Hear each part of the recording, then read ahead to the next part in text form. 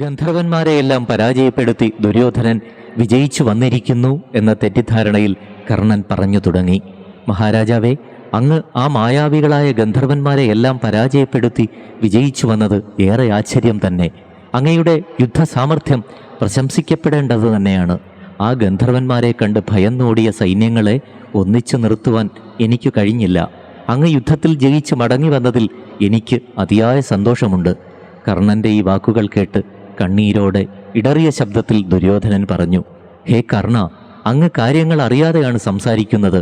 ഞാൻ ഗന്ധർവന്മാരെ ജയിച്ചു എന്നാണോ നീ കരുതുന്നത്? ഞാൻ ശക്തമായി പൊരുതിയെങ്കിലും ഗന്ധർവന്മാർ ഞങ്ങളെ പരാജയപ്പെടുത്തി എന്നെ ബന്ധനസ്ഥനാക്കി. അപ്പോൾ നമ്മുടെ മന്ത്രിമാർ പാണ്ഡവരുടെ അടുത്തു ചെന്ന് നിലവിളിച്ചുകൊണ്ട് ഈ സംഭവങ്ങളെല്ലാം പറഞ്ഞു. അങ്ങനെ ഞങ്ങളെ രക്ഷിക്കുവാൻ യുധിഷ്ഠിരൻ ഭീമനെയും അർജുനനെയും ചുമതലപ്പെടുത്തി.